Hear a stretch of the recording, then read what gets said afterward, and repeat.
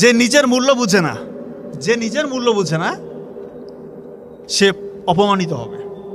হয়তো আমরা এই কথাটার অর্থ বুঝতে পারছি না।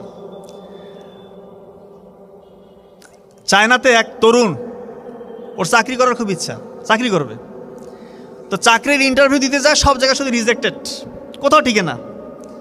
কেএফসির নাম শুনছেন? কেএফসিতে পরীক্ষা দিতে গেছে, ওইবার 24 জন পরীক্ষা দিয়েছে, 24 জন, 23 জনকে টিকাইছে, একজনকে বাদ দিচ্ছে, ওই ছেলেটাকে বাদ দিচ্ছে। পরে বলো যে একটু পুলিশে দাঁড়াই, পুলিশেও টিকে না। শিক্ষকতা করি, সেখানেও হয় না।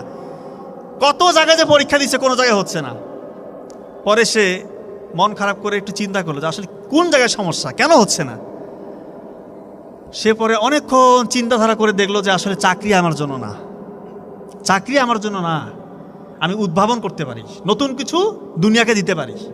এবং সত্যিকার অর্থেই গোটা দুনিয়াকে সে এমন কিছু দিয়েছে যেটা এখন পর্যন্ত মানুষ স্মরণ করে। আপনার আলিবাবার নাম শুনছেন? আলিবাবা প্রতিষ্ঠাতাকে জ্যাকমার গল্প বলতেছে।